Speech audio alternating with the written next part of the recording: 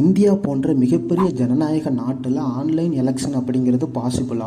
தற்போதைக்கு நடைமுறையில் உள்ள ஓட்டிங் மெத்தடில் ஒருத்தர் ஓட்டு போட்டாங்கன்னா அந்த ஓட்டு போட்ட தகவல்கள் அப்படிங்கிறது இன்சைடு எலக்ட்ரானிக் ஓட்டிங் மிஷின்லேயே சேவ் ஆகிடும். இங்கே இன்டர்நெட் அப்படிங்கிறது கிடையாது. தகவல்கள் அனைத்துமே லோக்கல் ஸ்டோரேஜில் தான் சேவ் ஆகுமே தவிர இன்டர்நெட் சர்வருக்கு மூவ் ஆகாது. சரிங்களா?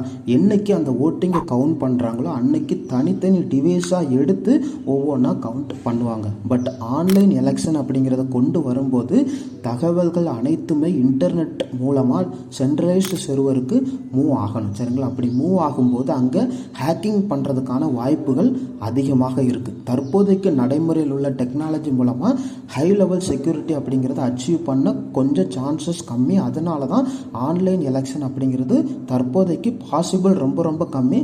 இன்கேஸ் ஃப்யூச்சரில் வர்றதுக்கான வாய்ப்புகள் அதிகமாக இருக்குது.